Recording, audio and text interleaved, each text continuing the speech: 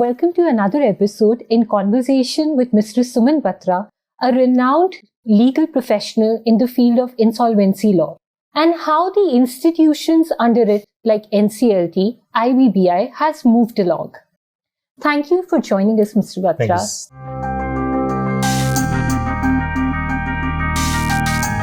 So firstly, I would like to start with if you could just walk us through how the rollout of IBC took place after its enactment in 2016. Thank you, Simran, for having this conversation with me. It was a pleasure last time, and I hope to continue to enjoy my conversation with you. You ask a question which is quite challenging to compress as an answer in 1 hour. After all, IBC has already traveled for nearly 9 years, and a lot has happened. Even of my 1,500-page book, I found it very challenging to be able to sort of compress this in as many pages. But I'll do my best to be able to sort of respond for the benefit of the audience as to what is it that has happened over the last 9 years. So as I mentioned in the conversation that I had with you last time, that the government sort of put its machinery into operation to ensure that the IBC is rolled out in 2016 itself. Although the law had been passed in May, but you still had to do that subordinate legislation. You had to frame rules, regulations, because IBC, insolvency for that matter, any law, insolvency law, is a procedural law. It's the rules that glue it together. Substantive legislations are largely skeletal. And therefore, subcommittees were set up to formulate the regulations, the rules. And then, of course, as I mentioned, NCLT was sort of operationalized on 1st June, IBBI on 1st October. Then IBBI obviously took up the role of giving a final shape to the regulations. And obviously for NCLT, the central government made the rules. And we were ready to roll out on 1st December, which was a big day in the life of IBC. But it was not easy because the biggest challenge that IBC and the government faced was that you were introducing a brand new law, which was a complete departure or a change, shift from the previous insolvency regimes. And therefore, it was going to be very important to educate the stakeholders in the market about the new law, its principles. It was also culturally different because, you were moving from a debtor in possession law to a creditor in control regime. We were not even sure whether the market is ready for this kind of law. I say we because, I was, part of all this discussion.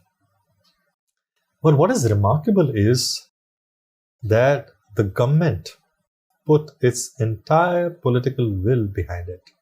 Not just the political will, but the entire institutional might in order to make sure that IBC is implemented and implemented well and implemented with speed. And therefore, a whole plan and roadmap was carved out. It included a number of things besides what I've already mentioned about rules, regulations, etc. It was about complete sensitizing of the stakeholders in the market, building awareness, building capacity, educating, and do everything that was necessary for the readiness of the law in a way to make sure that the results start coming in as the rubber hits ground. And it was also, the market is always, very unpredictable as to how it responds. So therefore, we had to prepare for the uncertainties as well. And while the IBC was rolled out on 1st December, in parallel, a massive rollout of educational programs was done, often 2 in a day, 3 in a day. I myself was flying in, it was in the morning in Lucknow, evening doing something, another training program in Delhi. Insolvency professionals had been licensed, although temporarily, as a stopgap arrangement before you had an exam for them, and they were being educated. Lectures were being done. On 1st December itself, I remember in newly appointed NCLT members, there was a training program in Hyatt Hotel near Manis in Gujarat, in Gurgaon, where we spoke to them, told them, share about government's vision, IBC's economic principles, and of course the process as well. besides this, the bankers were being trained as well. So a lot was happening. But unfortunately, the bankers didn't come out in big numbers to start using the insolvency law. That became a big concern to the government, because the fact remains that now almost 50% of the NPLs in the books of the banks were large enterprises, and they desperately needed an insolvency treatment, but banks were not bringing in insolvency, steps against them. And the government therefore decided that Banking Regulation Act should be amended. It was amended. And the Reserve Bank of India was empowered to direct banks to file insolvency petitions in respect of certain cases. And the first notification of 12 cases, which constituted about 25% of the total NPLs in the books of the Indian banks, where RBI said, take them into insolvency. And these 12 cases came to be known as the Dirty Dozen. And that's when, something very unprecedented happened. We saw 12 largest cases come into insolvency system in the first few months of the IBC becoming operational. Law had yet to be tested on ground. Market stakeholders were still, rolling up their sleeves. And yet you had suddenly 12 most complex cases, large enterprise with thousands of employees put together, suddenly in NCLT. Ordinarily, people would have expected that all hell will break loose. But remarkably, the stakeholders responded with great maturity and used these 12 cases. And that is what the government wanted. Let us catch the bull by the horn. Let us get the best, complex, topmost cases into insolvency. And let us test the legitimacy of the law. And let the court decide the principles, and in the first few years achieve complete clarity on the law. It was a big leap of faith, but I'm so glad that everything landed well and landed at the right place, and rest, as they say, is history. We saw these 12 cases becoming the catalyst for developing the best market practices, for development of jurisprudence, for testing the law on the ground in real-time practice. Gaps opened up, as was expected. Legal challenges happened, as also was expected. The government responded by making changes in the law in order to plug the gaps. The regulator, based on the experience that came from the functioning of the system, started tweaking the regulations to make sure that the process became more and more efficient, clear, predictable.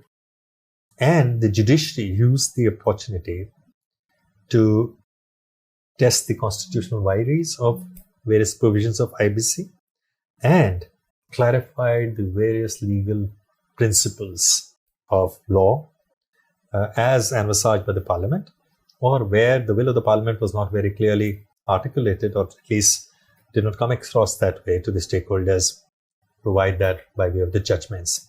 And I think it was remarkable. We had the first 12 cases going through a series of litigation there, but eventually seeing resolution, barring a couple.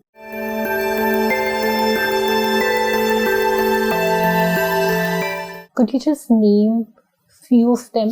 So, what's their status? Yeah. So as of now? Yes. There were two companies of the Bhushan Group, Bhushan Steel, Bhushan Power. Although, of course, Bhushan Power was in the news recently, but fortunately, there has been a review of the order. There was JP Infratech Limited, one of the largest real estate enterprises to have ever gone into insolvency in the world. We had Amtech Auto Limited, one of the largest manufacturers of auto parts. We had Monetis Part. We had, I think one of the other cases was Electro Steel. And what is their status at the moment? Yeah, I'll just come to them. Then there was another SR. So some of the biggest steel companies were in that list. Steel had been doing very well till about 3-4 years before IBC was enacted, but because of the global recession, and after that, China having slowed down a little bit, the biggest demand of steel was always in China. So steel industry had suffered setbacks and they were not able to pay their debts. So some of the biggest companies went into insolvency, steel, Amtech Auto also, and JP for a variety of reasons. Most of these companies have been resolved, including JP, which I believe was one of the most complex of all. So complex that it became the reason for 3 amendments out of 6 amendments that we're seeing in the law. It also became reasons for about 20-30 changes in the regulations. And it became trendsetter for best practices, innovation, experiments, which in fact ultimately were embraced by the regulator, changed into law, regulations. And I have in fact written the journey of that case because I was advising the insolvency professional in that. And that book is called as JP Infratech Insolvency Saga. And it has been nominated for an award as well. But I think it was important to document that, and I'm sure others should also, or the journey of these 8 to 10 cases in particular, which are a success story, not just for India, but also for global insolvency fraternity to study. And not only because of the outcomes, but because of the challenges that they faced in the initial years and yet came out shining, and how the stakeholders worked together in unison, completely as a team to make it happen. And there was a powerful message in all this to the world that Indians are very quick learners. Our market is capable of maturing very fast. And we will not just follow best practices, we will create and lead by example. So this was happening in the first few years till COVID struck us. And then, of course, we all know that the world had to go through a big churn. Everything was affected, and so was IBC and its machinery, which disrupted what was already happening. And we were never able to sort of regain the momentum after COVID. Things slowed down terribly. And even though cases were getting filed, but the delays started happening. And there was a wide criticism that IBC's suddenly lost its sheen. There are too many delays. And the lenders become a bit more skeptical once again. And as a result of that, over the last 3-4 years, the government tried many efforts. And in 2023, obviously the big ticket reforms it was indicated that will come in, but now we've seen it only on 12th August of this year, a bill coming in.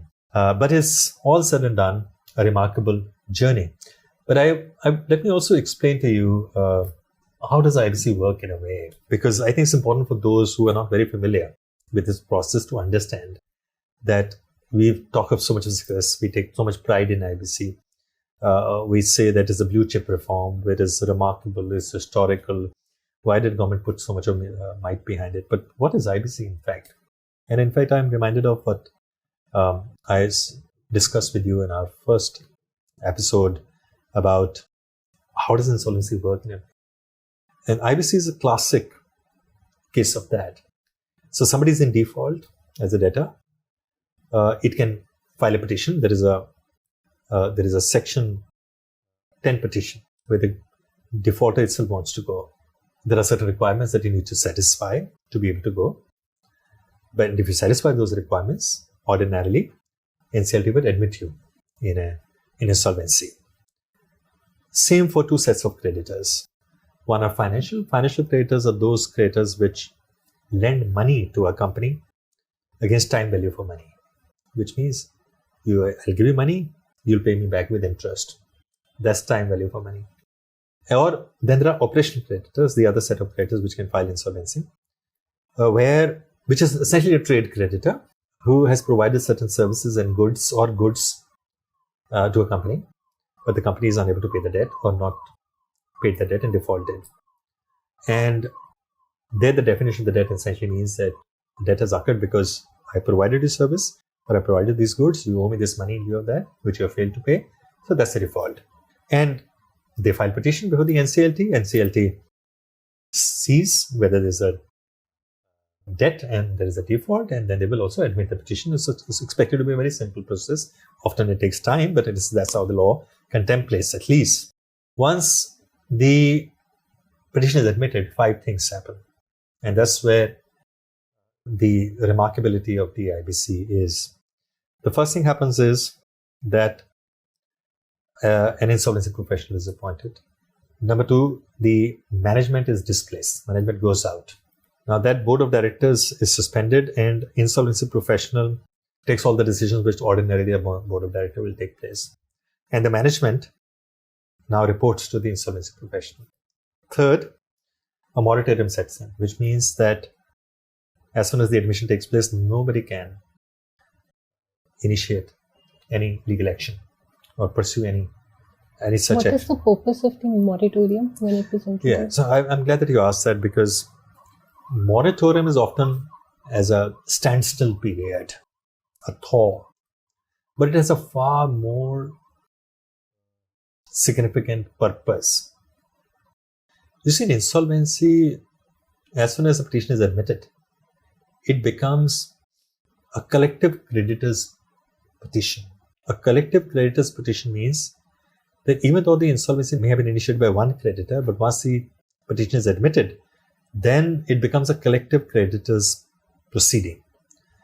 And it becomes in rem proceedings, and therefore that creditor who initiated now is an equal of those who are other creditors but may not have initiated the proceedings. All the creditors are expected to hold their hands and not pursue any remedy or legal action, even though they may have contractually the right to do so. All these creditors are expected to contribute their security interests, if they have any security interest, in the common kitty, common pool, and not pursue them separately in separate remedies. And they are then expected to find a resolution, or at least approve a resolution, and the distribution then takes place from that common kitty. That is the moratorium, so that during this period, the resolution of the enterprise can be explored without distraction, without you having to go to different courts to defend different legal proceedings. That is the purpose of moratorium. This is the third thing that happens. The fourth thing that happens is there is a direction to the insolvency professional to announce to the public at large that the company has gone into insolvency and invite all the creditors to file their claims with the insolvency professional. And the fifth thing also that happens is, in a way, that the debtor, the management which was in control of the whole process, now is obligated to control. During one of the other things which is not articulated in the law by way of any provisions that happens as a philosophy of insolvency is that fiduciary duty of the shareholders of that enterprise shifts now, and so does that of the managers of the company, to the creditors.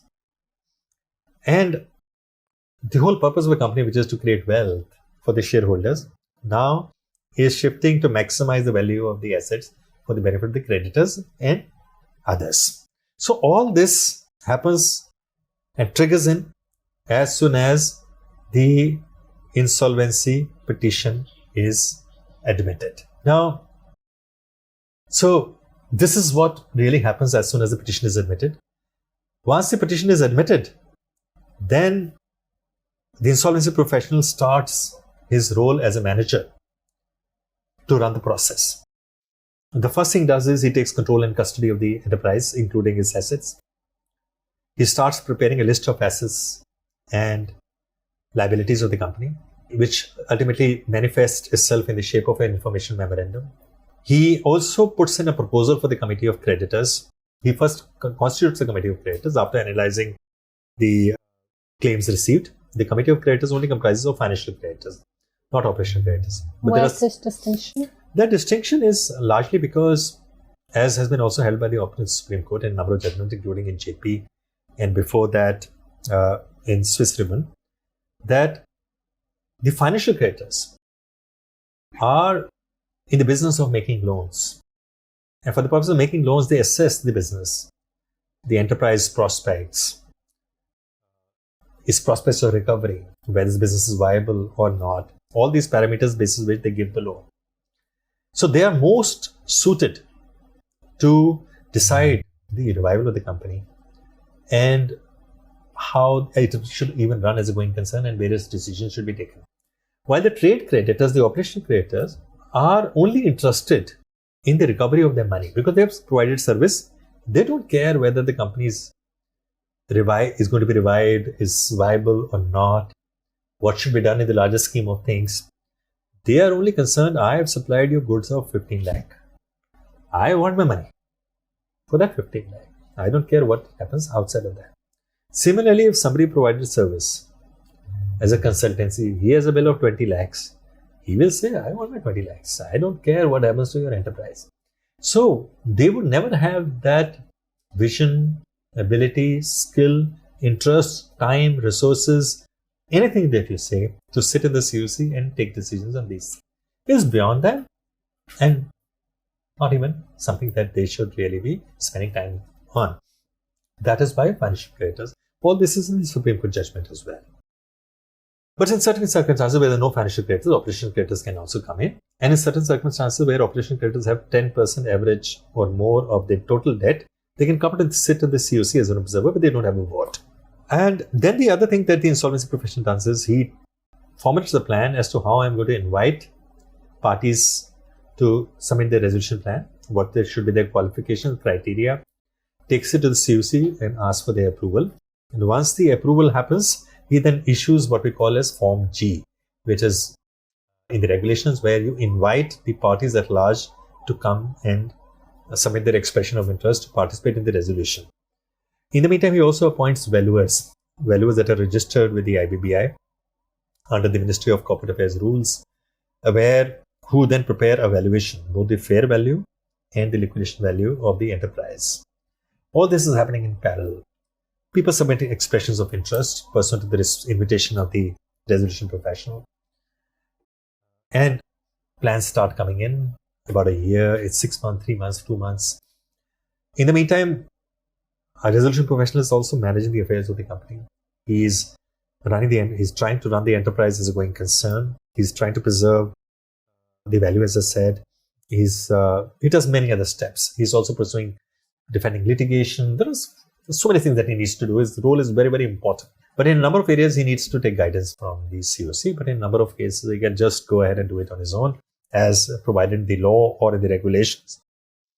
Once the resolution plans come in, and if they meet the criteria, which is provided by the CoC, or meet the requirements that are provided in the IBC and the regulations, he then places those plans before this committee of creditors. He also places other plans that are not meeting the requirement of the law before the CoC, but that is just to say with this certificate that this plan is not compliant.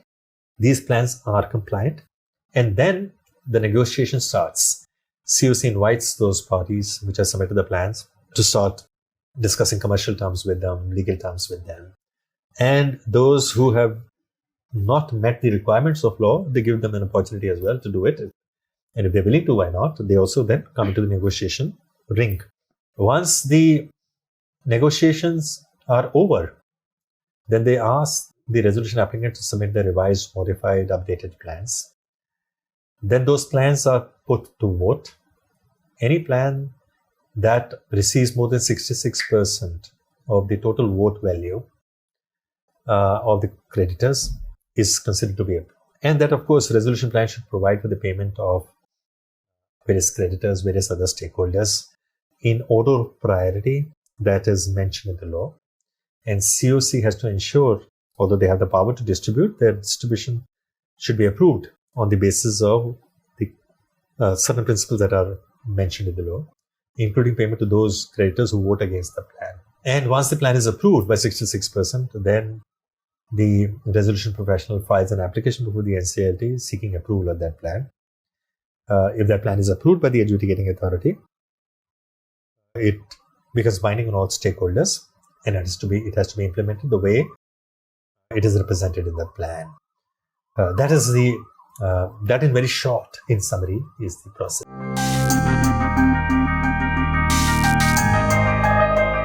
Does adjudicating authority has the power to scrutinize the resolution plan which is approved by CoC? What are the parameters on which NCLT adjudicate when it comes to resolution plan? The power of adjudicating authority are very limited in the entire insolvency process in that sense. It is more supervisory, but it's not intrusive. The process is run by the regulations prescribed by the IBBI. NCLT is only to ensure that those regulations are observed in terms of the process. As far as the plan is concerned, they are only expected to ensure that the plan is compliant of the provisions of the IBC and the regulations. Nothing less, nothing more. They are not supposed to sit in judgment over the plan, as in terms of substituting the judgment of the committee of creditors with their own. They are not expected to say, oh, this is a better plan or a wrong plan. They are not supposed to even go into the commercial terms. They are not even supposed to even say, oh, why did you approve the plan at X factor if the other plan which you rejected, in fact, was offering more. That is not the territory that NCLT can go into. The Supreme Court has defined very clearly the role and scope of the NCLT in terms of its jurisdiction, and it is very clearly said that as far as the plan is concerned, resolution plan is concerned, the committee of creditors have supremacy. They decide, they call the shots, they're the final word, and the adjudicating authority is not supposed to venture into that territory at all. You just ensure that the provisions of IBC and regulations are been followed. That's about it.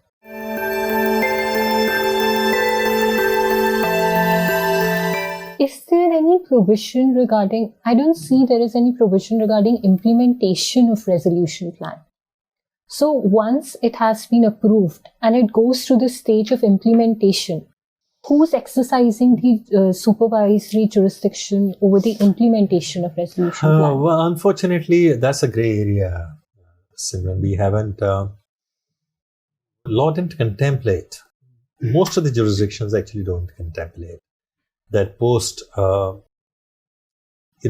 plan being approved, NCLT or the bankruptcy court should have any difficulty, should have any power or jurisdiction. In a way, NCLT becomes functus officio. There are many judgments to say so. But having said that, there has been a realization that the problems arise in implementation, that sometimes you need to go back to NCLT for many reasons. For example, somebody had promised to pay in the resolution plan to the lenders in 60 days, but he wants 30 more days. So one should be able to go back to the NCLT and seek extension, but with the consent of the creditors who approved the plan. And these difficulties have been experienced, and there was a lot of demand from the market. Observations by the Supreme Court also recently in Jet Airways judgment, where they did say that there needs to be focus by the policymakers, NCLT, other stakeholders on to ensure that there's an effective implementation of the plans approved, because it should not so happen that 3 years later you come back and say the plan has failed just because you didn't really have a mechanism to ensure that if there are any hiccups that can be addressed.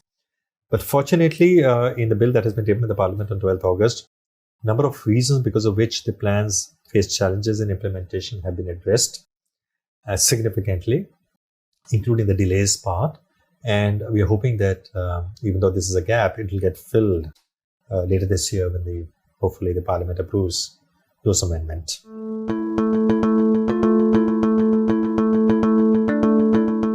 So the whole process from the admission of the petition to the approval of resolution plan in terms of the IBC provision, it has to be covered in the fixed timeline which is provided under the code. But we often see that still those timelines are not adhered to. So what are the reasons for delay? I knew the moment I mentioned the word delay that you're going to pick this up and raise this issue. Yes, you're right. There have been delays and there has been a major concern. And I mentioned also, post-COVID, NCLT sort of says that what can we do with just 60 members, which also were never in full capacity ever, because most of the time there were vacancies. Whenever vacancies happened, government took a lot of time to fill those vacancies. You never had a full strength of 60 at any point in time in the last 9 years. Secondly, there was a huge amount of rush of cases and it was quite difficult. And then NCLT also had the jurisdiction for company cases. So NCLT obviously finds its own reasons and very justifiable reasons where they can say that we can only do as much with the limited resources that we have, because NCLTs do function from very shabby buildings. If I were an NCLT member, I wouldn't even join if I see that building on my office. Yeah. And I therefore salute all those who actually work out of those buildings. They are shabby, poorly kept. It's almost like demeaning to be sitting in that building, both for the judges, members of the NCLT, and for the lawyers to go there. And the litigators, my goodness, I don't even want to go that route. So they have worked through different kind of hardships. Delays, some of them, yes, of course, NCLT must take the blame as well, because they could have acted much faster than they do in most of the cases. And often many benches of NCLT go in different direction. But I have a slightly different take on that, and I would like to talk about that also later on. But let me just finish on the delays. The delays were also because lawyers take adjournments. Delays are also because in 2017, the law was amended to bring in Section 29A to bar the promoters from participating in the plan and submitting the resolution plan. Since the promoters went out altogether and were disqualified, which was a big policy decision, they started gaming the system. They started to find ways to, obstruct the process, because now they had no way to take the company back. Unlike how the law was conceived in 2016, enacted in 2016, made operational in 2016, the promoters could actually come back and submit a plan and compete with the market. But that having been no longer the case, they obviously had no incentive to cooperate. They had no incentive to ensure that value is not lost, because they're going to get the company back. So why do anything for the value erosion? So there was a lot that they started doing which caused delays because of lack of cooperation. Insolvency professionals also, I think, were still in the learning curve. There was a whole collective set of reasons which was responsible for the delays, not attributed to one person, one stakeholder, one institution. And this led to delay. And delays are the reason why over the last 2 years, 3 years, there's been a lot of debate, criticism, demand that IBC, we need to infuse fresh energy, need to take some major steps to be able to sort of address the reasons for delay. Hopefully, as I also mentioned, that if the bill that has been tabled in the parliament, it becomes a law, most of the reasons for delay would be addressed. These are many, and we won't be able to talk about that today, but at some point in time, I hope EBC would like to do a discussion on the bill, which has been tabled on 12th August, so that we can also talk to audience about what that bill is all about and how it's going to change things.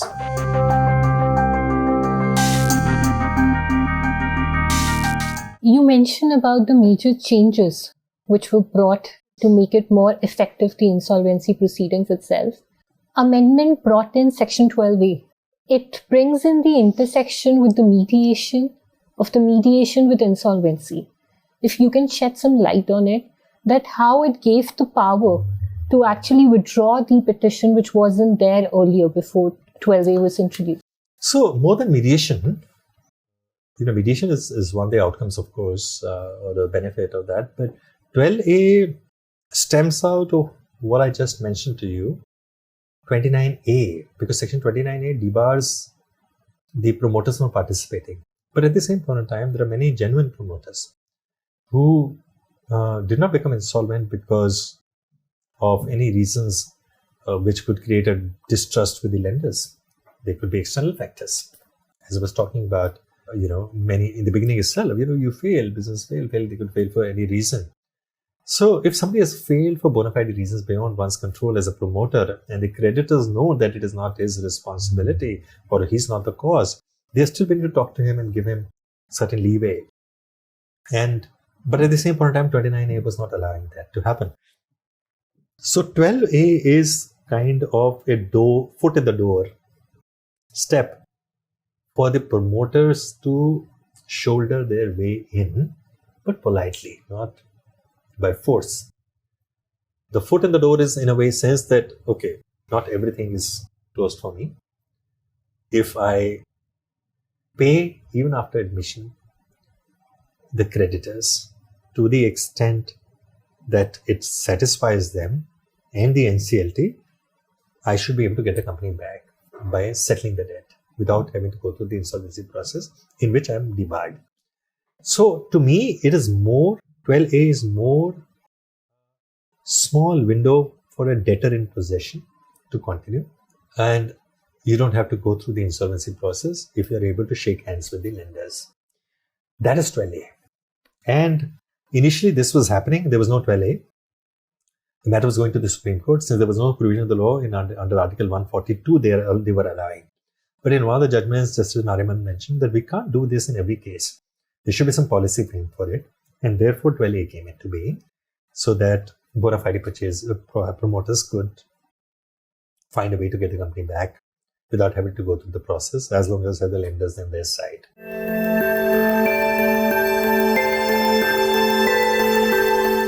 I have just one question which is coming to my mind is, as you mentioned that insolvency proceedings are proceedings in rem. Now imagine a situation where it's always the one creditor, let's say, who initiates the proceeding, and then the other creditors join in. Now this A creditor decides to actually mediate with the company. So can, on the basis of that mediation between the two, these proceedings can be settled, considering the right of other creditors is also... No, Simran, you see, because once it becomes proceedings in rem, at the moment the law is that before the committee of creditors is constituted, then the law as understood was that it's still an in rem proceeding. It doesn't become an in rem proceeding. And therefore you can settle with the creditor who initiated, and then the company is out of insolvency. But even in those cases, the Supreme Court has said that no, NCLT is satisfied. You can't shortchange and game the system and settle only one creditors, and the other creditors who have already submitted their claims, they have nothing to say in the matter. In any case, once the committee of creditors, as per 12A, has been constituted, then you have to have approval of 90% of the voting share of the creditors, which means that in any case, you can't have settlement with one. So mediation doesn't really work. I think mediation is a very different concept. Mediation works best in pre-insolvency resolution, where you haven't really initiated the insolvency, but there is an insolvency possible. It can also work as mediation with operational creditor, but not as much with financial creditors, because financial creditors can't decide in mediation so easily because they are accountable to the system. How does anybody agree in mediation? Okay, I'll accept 500 crores against 1,000 crores. You need so many approvals. Nobody wants to take the risk. But a trade creditor can. Okay, I supplied you goods of 12 lakh. My profit there was 2 lakh. 10 lakh was my cost. You give me 11 lakh. I'm willing to give you a 1 lakh concession. He has the will, but then for that there is a very small window only available under 12A, which window also is further being shrunk. It's shrinking further in the new amendment, but I don't want to talk about that. So mediation, yes, but there are many, many, many other areas in the IBC where mediation can work. But that's again a topic of a separate discussion.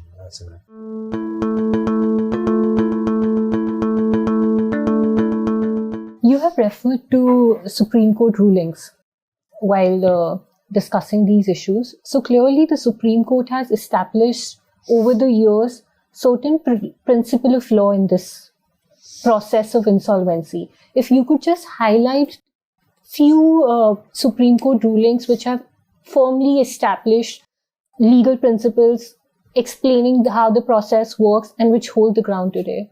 Yes, if you see, I spoke about the response of the government and the IBBI, that how they responded very swiftly to all the market gaps that opened up, the implementation challenges. So, and I spoke about the 4 institutions also earlier. So out of the 4 institutions, you had NCLT coming out with, quick decisions and everything in the beginning, acting with speed in the first 2-3 years. You had IBBI responding so well, and Insolvency Professional also, running very, very well initially. But, lenders too. But above all, these sits the courts, where when I talk about the Supreme Court, because the Supreme Court has the jurisdiction to decide the second appeal. If you are agreed by the decision of NCLT, go to the NCLT. If you're still, NCLT is the National Company Law Appellate Tribunal. And if you're agreed by the decision of the National Company Law Appellate Tribunal, you go to the Supreme Court. All these are statutory appeals, scheme of two appeals. Now, in this, what has happened to IBC, and I think that's remarkable. And that's where I think one of the most formidable foundations of IBC has been laid, is the Supreme Court. In nowhere else in the world, in such a short period of time, such tremendous jurisprudence has been laid down in a very short period of time. Supreme Court came forward and provided clarity, and thanks in particular to Justice Rohinton Nariman, because he was the champion of paving way for IBC to sort of get out in the market and prove its vitality, prove its objective, and become functionally very efficient. He dealt with all the issues in the first 4 or 5 years itself. And it all, in fact, started with even Chitra Sharma, for that matter, which was the first big case before the Supreme Court, in the case of JP Kensington, where they actually said that we don't want to interfere in the scheme of the IBC. It's an economic law, and the real players who take decisions here are lenders, and we don't want to be sitting here. So that principle actually was enshrined there. Even the principle of respecting the priorities, because the home buyers wanted there that the promoters of JP Infratech should pay to us. They said, the Supreme Court said, no, there is a scheme under which payment will be made. We don't want to get into that. So supremacy of IBC was actually in that matter itself. And then you had so many judgments. One of the remarkable ones, of course, there are many judgments. I'm not going to name all the judgments, but the principles only. So for the first principle that, of course, came in was that the NCLT cannot basically go into any reasons other than default. And they also said that the 14 days given to the NCLT are only directive, not mandatory. They can take more time. But the 7 days period given to the other party to sort of remove the defects is mandatory. Also, I think the biggest headlines that started coming was after this. First, who were basically, more simplifying things a little bit for us in clarity. The first judgment that came out was to lay down the supremacy of the Committee of Creditors. The Supreme Court said that the Committee of Creditors are supreme, as I was just mentioning, in terms of the scheme of the IBC when it comes to resolution plan, and NCLT should not interfere.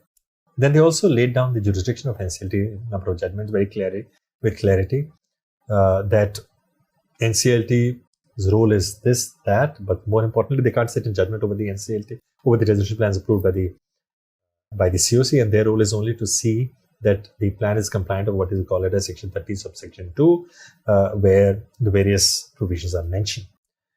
Then they also mentioned that NCLT can't go into the valuation issues. They can't go into whether the valuation was right or wrong, whether this should have been the value or that should be the value.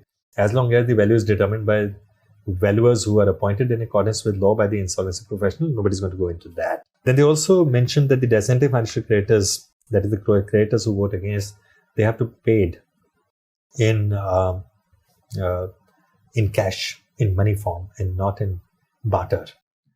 And before this, or in between somewhere, another judgment came where they actually laid down the objectives of IBC. That the objective is the resolution and not liquidation, and therefore every effort should be made to liquidate resolve the company, and liquidation should only be the last resort. And then we had series of judgments where, including in ABIC's case, the rights of a resolution applicant to withdraw the plan once it has been approved, and so on and so forth. There's a list is endless in my books. Actually, there's a whole chapter devoted to this, on what is the jurisprudence that has shaped up. And all this I've done till a few months before Bhushan case, because the book had already gone into editing, print it was almost in print, and I think we had to pull out some space to just mention that Bhushan has come, but it is in review, not really discuss in detail. So it's remarkable. All these principles are very futuristic, very forward-looking, very up to the global benchmarks, and the thinking of and of course, in between this, we had the Jetaway's judgment in NCLT, where they held, even though there's no cross-border insolvency law in India, but they facilitated a cross-border protocol between the Dutch liquidator and the Indian professional in the insolvency professional of Jetaway is appointed in India. That again is something which has been applauded globally, studied by many universities abroad, in terms of how Indian courts have shown tremendous amount of maturity in terms of even filling the policy gaps. So yes, of course, one of the remarkable outcomes of IBC.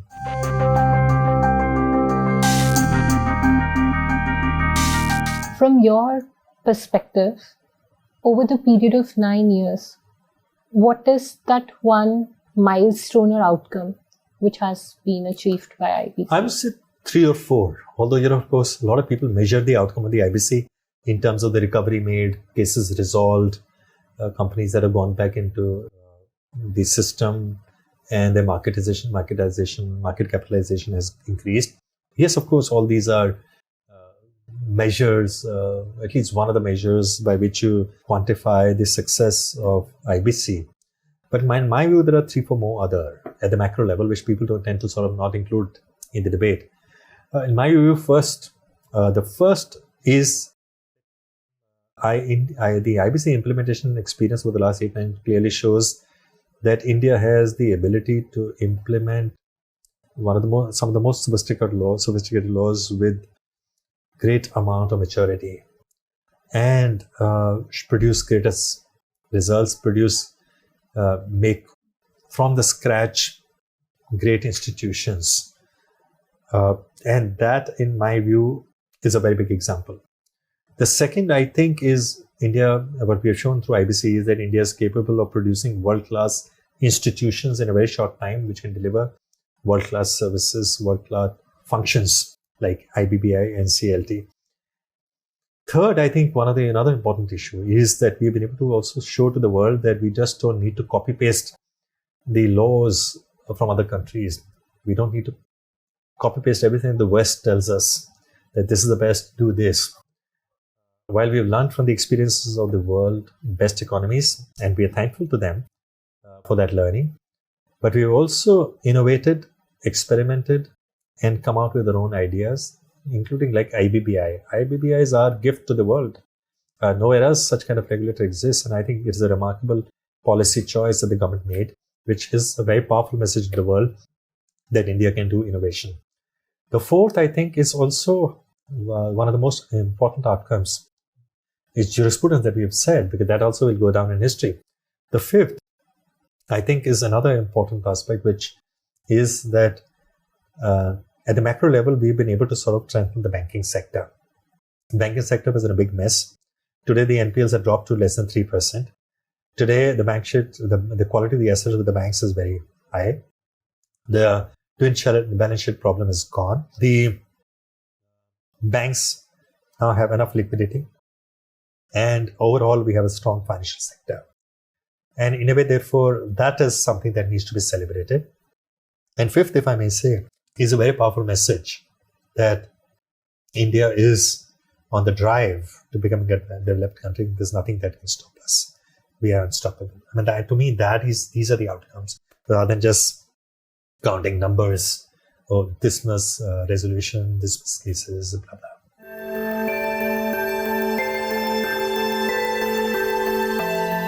You mentioned IBBI is the gift to the world. So institutions such as IBBI, NCLT, how they have evolved over a period of time? Well, I think all have done remarkably well, but there is still scope for improvement for any institution, even some of the best in the world.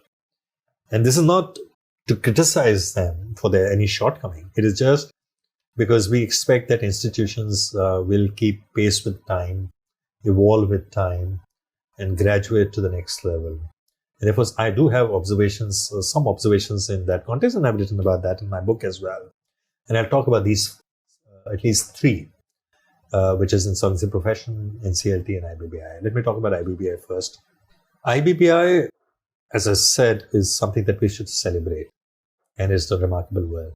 But there are three things which I'm hoping that IBBI going forward will pay some attention to. One, I think over the last few years, we have seen stifling regulations, too much of regulation. While the government at the same point of time is talking about deregulation, committee has been set up by the Government of India, Cabinet Secretary, to see how we can deregulate to do the ease of business. We need to build that culture. We need to give more time to the professionals to spend on doing actual work rather than doing paperwork, filling forms, informing. I'm not undermining the importance of regulation, but I do believe that over-regulation also is not very helpful in a free market economy. You have to let people self-regulate. They'll commit mistakes. You should give them a slap on the knuckles, but you can't go after their lives and suspend their licenses forever, impose disproportionate penalties.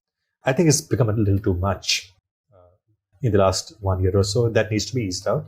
Whatever message IBBI wanted to send to the market has come across well. I think people have taken it. IBBI should take it a bit easy, in my view. I'm nobody. IBBI may not listen to me, but what I speak is the popular sentiment of the market and my view as well of somebody who's done this 25 years. The second thing is that IBBI started with very intense coordination with the market to get their sentiments on changes. All these changes that we saw in the first 4 or 5 years came as a demand from the market with proper, effective, meaningful, insightful consultation. And it was always a two-way conversation. But in the last 1.5 to 2 years, again, this market sentiment is, and something which I concur. And I have no hesitation in saying that the popular perception in the market is that IBBI puts in discussion paper. That discussion paper is said to be based on feedback from the market, but invariably, it is something which is constructed within the four corners of IBBI. It does not necessarily express the popular sentiment of the market. And then that discussion paper, notwithstanding what the market says, is shaped into regulation. And I feel that there has to be more purposeful, meaning consultation with the market as a regulator. We can't be sitting on the ivory tower and monitoring the market. The third thing for IBBI, in my view, is that IBBI needs to distance itself a little bit from the ministry. IBBI as a regulator based on the OECD corporate governance standards for regulators.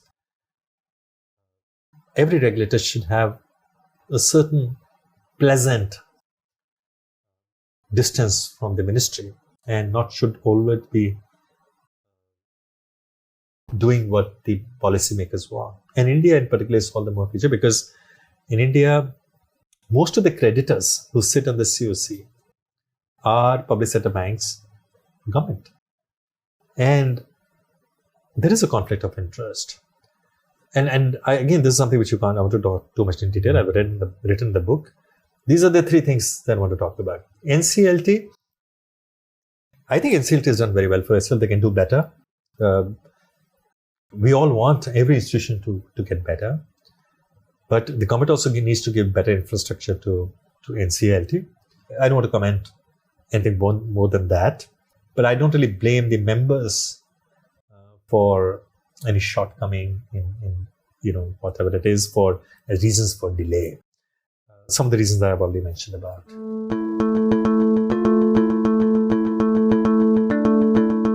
Imagine you had one magic button by which you could prompt change in the existing field of law.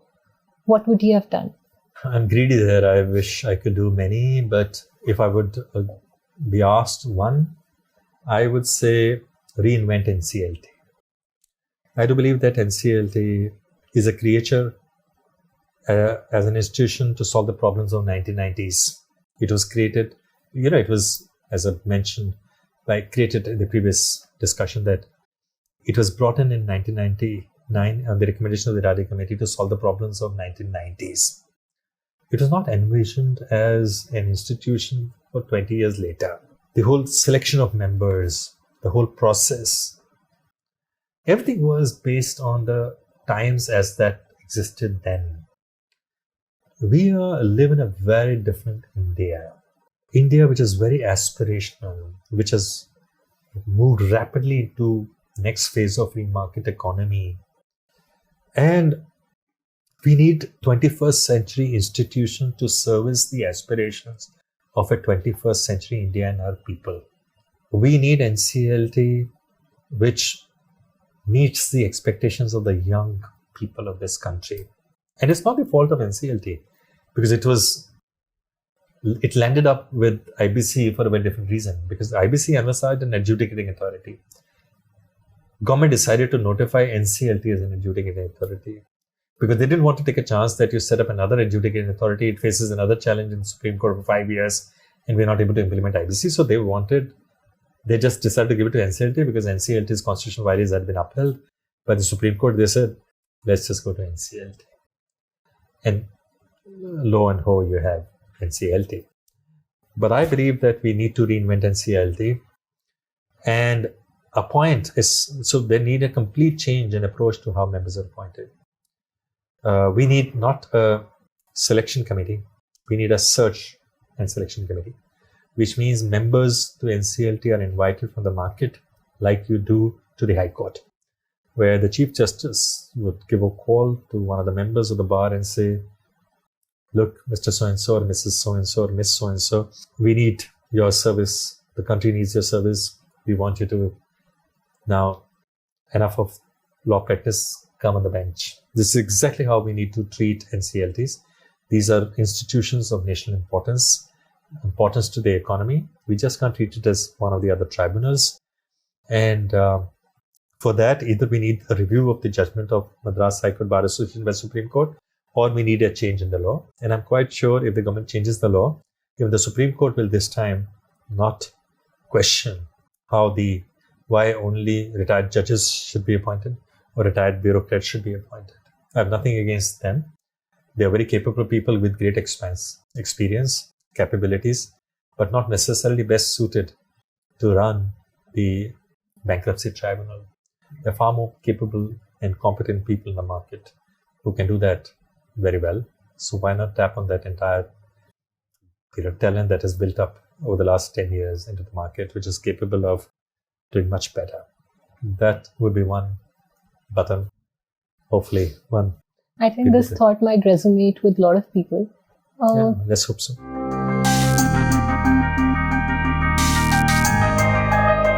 So, you've mentioned in your book that the implementation of the IBC itself has not been easy.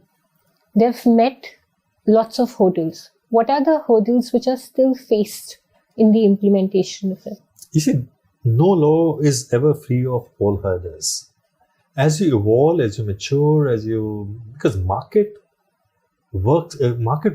develops very rapidly. Laws have to keep pace with the market. Market doesn't keep pace with the law. Economy matures. New tools come in, new financial tools come in, new ways of lending comes in, new kinds of creditors come in, new kind of companies come in. Law has to be tweaked from time to time in order to sort of meet the needs of those changes.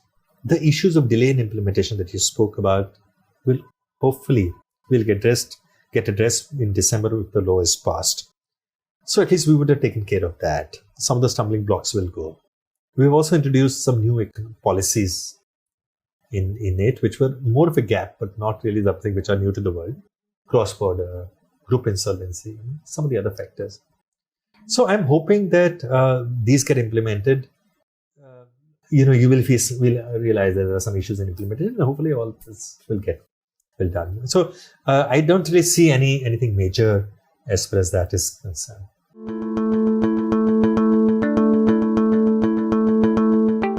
Before closing it, just last question. Do you think that IBC has met its objectives? Oh, yes, of course. For the time that it has been in place, IBC has done remarkably well. It has benefited at the micro level, at the macro level. It has, its contributions to the economy, to the country, is just phenomenal. I don't even think one can measure it because it's so challenging to measure the outcomes of an insolvency law, because there are tangible outcomes, there are intangible outcomes. The intangible are those we haven't even started talking about. I spoke about some of those. Now, if you start measuring them, you can actually write a full book on how IBC is a case study for the world in terms of how it has not only served its objective, but can be a game changer for the economy. So, I mean, I would say hats off to Mr. Arun Jaitley. Late Arun Jaitley was the finance minister who championed it in the parliament and post that in its implementation. I think history will remember him for not just GST, as he's associated with, but also for IBC. Someone who acted as an economic enabler, we would say. You could say that, yes. Thank you on that note. And it was very enlightening, taking us through the intricacies of the process of IBC. And thanks a lot. We ended on this note, and in the next episode we will focus on the future of IBC. Thank you. Right. I look forward to that. Thank you. Bye.